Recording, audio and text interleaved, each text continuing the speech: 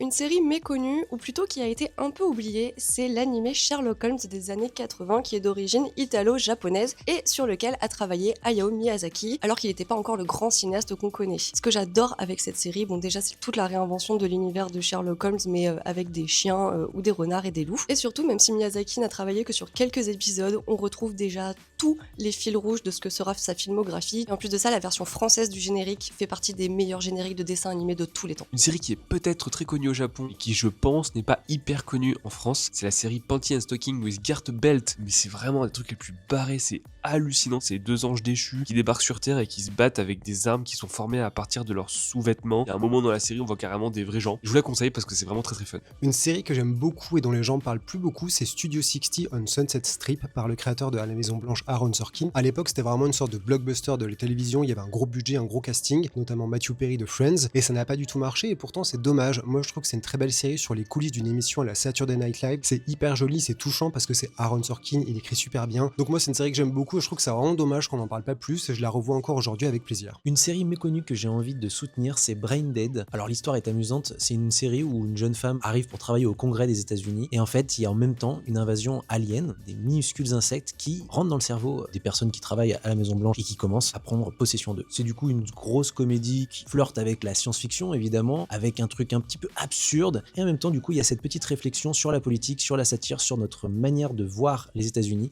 qui est très amusante aussi.